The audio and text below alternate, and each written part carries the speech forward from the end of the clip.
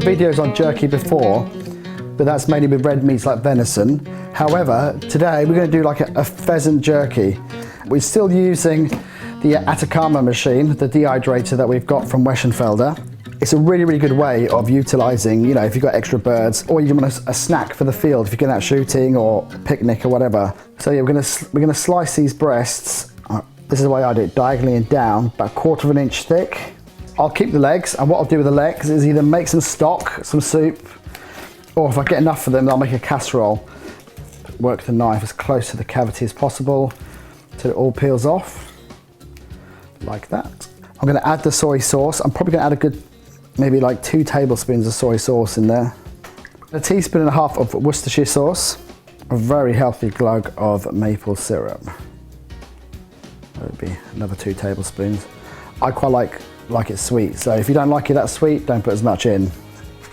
Some white pepper, and I've probably got about 1/2 teaspoon there. I'm going to pop in 1/2 teaspoon of onion salt, and a generous covering of sage, and lastly 1/2 teaspoon of paprika. Going to mix that all around, and then that's going to marinate now overnight till tomorrow, and then we're going to place them in the rack. Again, in good Blue Peter fashion, luckily for us, we have already made a batch. We're going to pull out the dehydrator, so we don't have to wait that long. So I'm going to put that to the side, and that's going to go in the dehydrator tomorrow. I'll rinse my hands, and then I'm going to show you what we made earlier. In the dehydrator, the Atacama, it's got lots of different settings. This has been on A4, which is hot. It goes up to 68 degrees.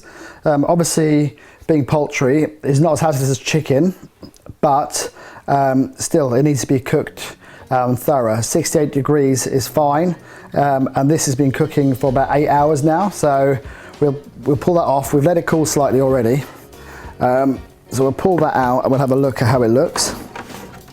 The first 2 chop trays here. We've already peeled some of these off the trays.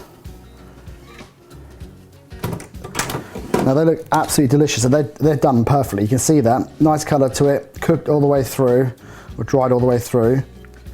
Snaps in half, which is what you want. You want it to bend as such, so if you can just like snap it like that, that's good. So let's just taste this and see if it's worked very well.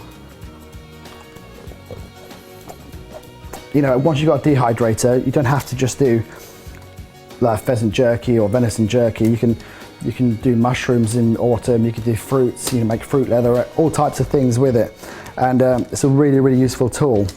If you're like me, if someone likes to go shooting and you do get quite a few birds, and I do give some to family and friends, but to be able to kind of preserve some and have some throughout the next few months is absolutely brilliant.